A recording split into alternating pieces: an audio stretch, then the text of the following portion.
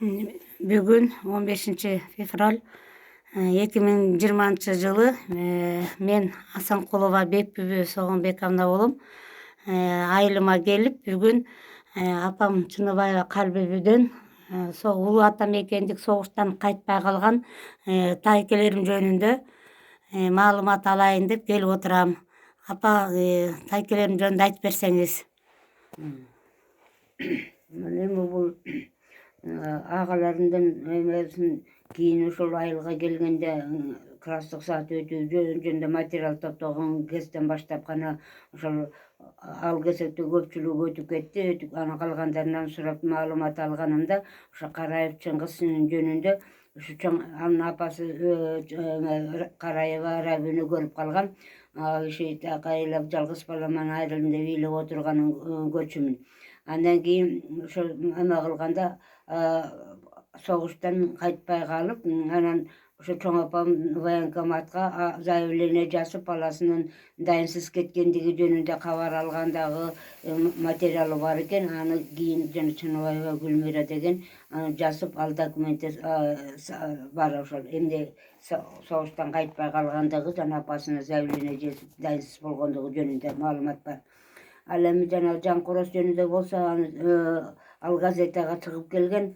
Аны дагы мен ошо класстык саат өтүп балдарга айтып, ал жөнүндө маалымат берип, анан кийин эме кылганда военный кабинетке сактайм деп коюп, ал өрттөнүп кетти. Панфилов районундагы Эмгек даңкы газетасында чыккан. Кайсы жыл экени эсимде жок. Ошол иши кылып жеңиш күнүнө арналып эметкен Закир Тургунбай деген Тургунбаев Закир деген жазган эмеси боюнча.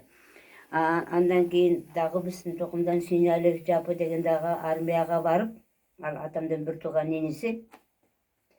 Ал киши жакында эле кайтыш болду. Согуштан келгенден кийин 13 балалуу болуп кайтыш болду.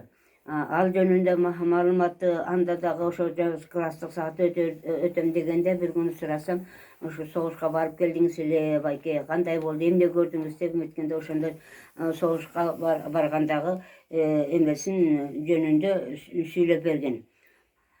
Анда жанагы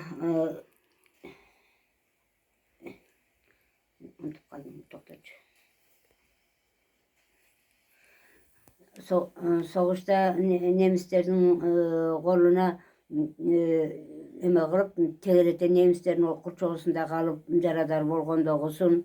Анан кийин согуш убагында ачка калып,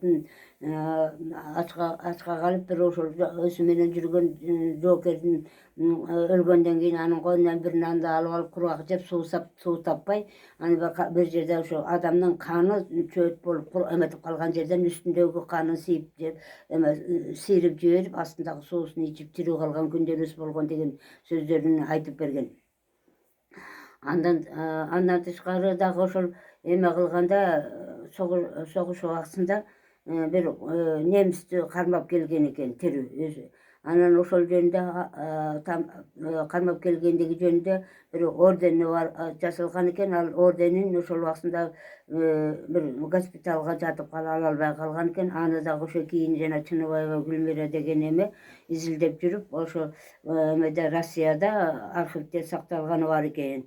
Мына ошону кантип алуунун жолдорун изилдеп неметип сураштырып жатабыз, бирок ал материал колго тиелек. Рахмат. Мына апам дагы Солто урусунан Канай уулу Байсейиттин урпагынан тараган. Панчалов районунда Байсейиттин Жамбагыш Кумаргайына, Жамбагыштан, Байбагыштан, анан Медетбектин урпагынан тараган Солтонун урпактары бар.